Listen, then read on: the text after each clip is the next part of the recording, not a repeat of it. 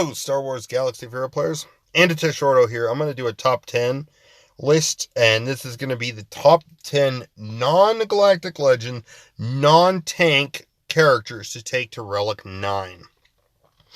Obviously, all Galactic Legends make sense to take to Relic 9. You know, more durability, more damage. Yeah, you get that.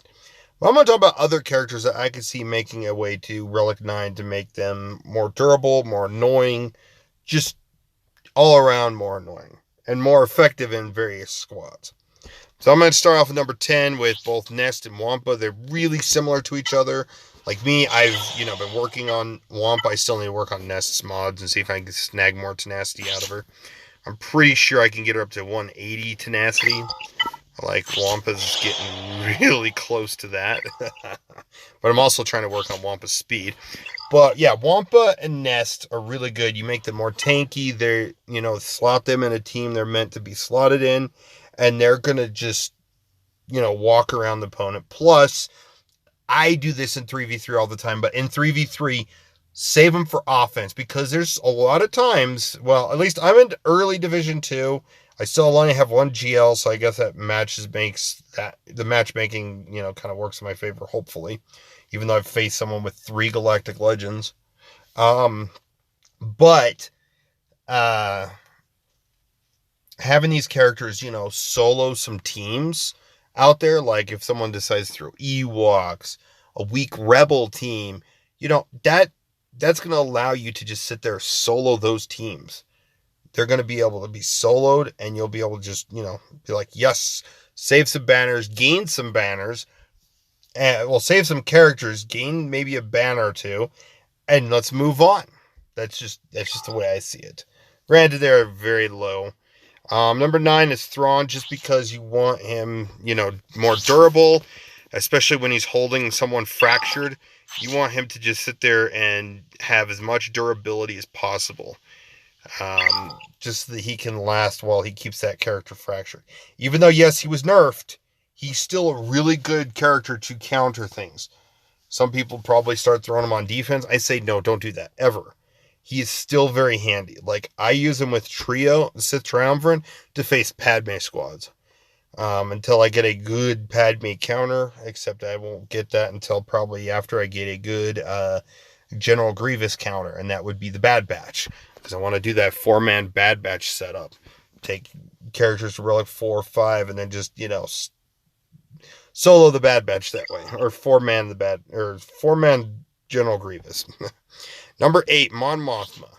You want to make her as durable as possible. Yes, I talked about her in the tank, her team in general, the Rebel fighters, with the tanks, making her and a bunch of tanks just, be really tanky, make them better.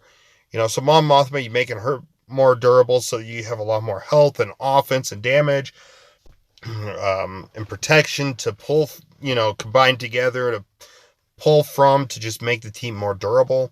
Especially since there are some teams out there that can beat raid teams if you mod them right and play things right. You can actually take down raids, so that's huge. I don't know if it is anymore with her recent buff, but we'd have to see. Number 7 is Treya. Now, Treya, one of the nice things is you get her. So right now I have 41 crit avoidance.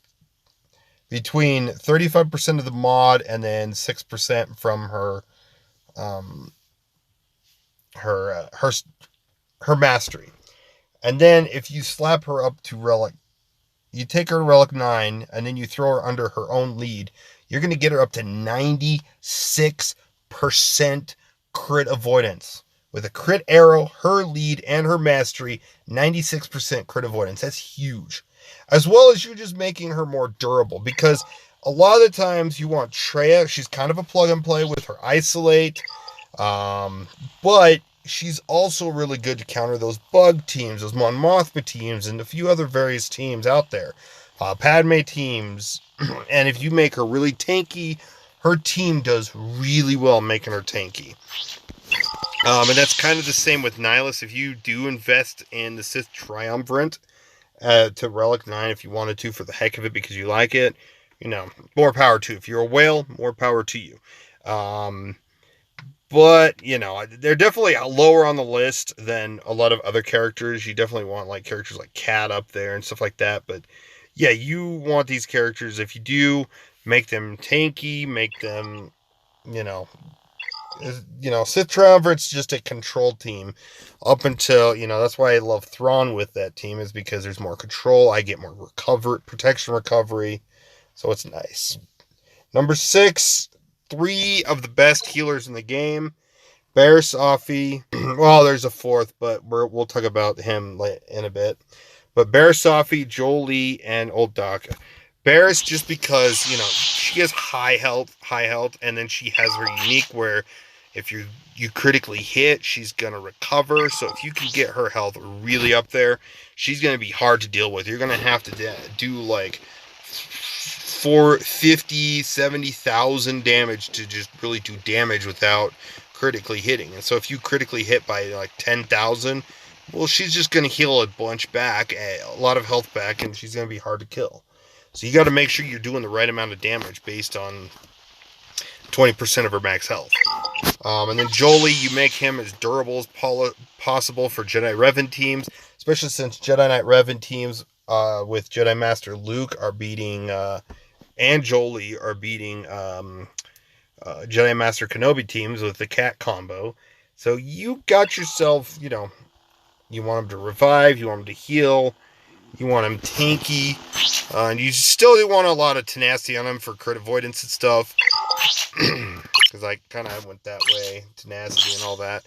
But, again, if you can get him to where he has, 100,000, like almost 150,000 plus health, like, I'm still working on him because, once I get Jedi Master Luke unlocked, I'm going to relic him and Bastila just so that I can have them ready for, Jedi Revan teams and stuff. And then Old Daka for Nightsisters, come on. Same concept. High health. You get her high enough health where she starts her health stacking process. She's just going to go through the roof. Number 5. Here's the last healer I'm talking about. Tank healer. And that is IG-11. He's already tanky. He's gonna be, look at where I'm at. 90,000 health, 74,000 protection. You get him any higher, he is just going to, be as tanky as possible. Hard to kill. Especially since there's the Kuiil IG-11 and L3 combo with Rey. Galactic Legend Rey. So, yes, you want that. And then you got Kuiil. You get one of his unique says, scoundrels get 40% max health, potency, and protection. So, you bulk that health and protection up. He's going to spread out more percentage of it. A bigger percent. Number 4, Brood Alpha. He summons a tank. I don't know why I keep selecting that. I just select that. He summons his tank, auto-taunting tank that taunts frequently. He's, you make him really tanky, high tenacity, really fast, and he's just going to be hard to deal with. Especially in Geonosian teams, as well as any, Newt Gunray teams, he's just going to be sickly tanky. Number 3, I'm just saying right here, the rest of the 501st. You make them as tanky, do a lot of damage with Relic 9, and you can kind of equate the rest of Bad Batch in here as well. And especially for the Cam mission. The light side Geonosian Reek mission. That mission is tough to beat. I've only beaten it once, so yeah. Of course, as soon as I got done with that, I realized that I forgot to set mods up on characters for my Grand Arena. Yay. So, but yes, yeah, remember to make sure you have your mods on before you join Grand Arena. But yes, 501st is just there specifically for, as well as the fact that, you have General Skywalker leading these guys, and they're all tanky, all Relic 9. That's going to be a blistering hard team to beat, especially if you run across a lot of people, say, that have Relic 7 Rey teams, the full round Relic 7 Rey teams. I'm pretty sure that Relic 9 gas team is going to beat that Relic 7 Rey team. Especially since Gas is actually getting, with his buff, he's able to beat Rey's. So you're making it easier for General Skywalker. Number 3, the whole CLS team. You make them more tanky, but you also more health protection, but you also make them do more damage. Take the Relic 9s. I'm pretty sure you take them up to Relic 9, they're going to really give players that have SLKR on defense a run for their money. They're going to do a lot of damage, especially since they also counter 501st and a bunch of other teams. The whole CLS team just makes the most sense to take to Relic 9. And then number 1 is these 3 here. The Skywalkers. The rest of the Skywalkers. I know CLS was up there, but the rest of the Skywalkers. General Skywalker, just because of in general, you get more protection when you get him to Relic 9, especially since Relic 9 gives you more protection. But he's just really so much better. He's more tankier at Relic 9 with his 501st squad. Excuse me, my throat's getting dry. But yeah, he is really tanky.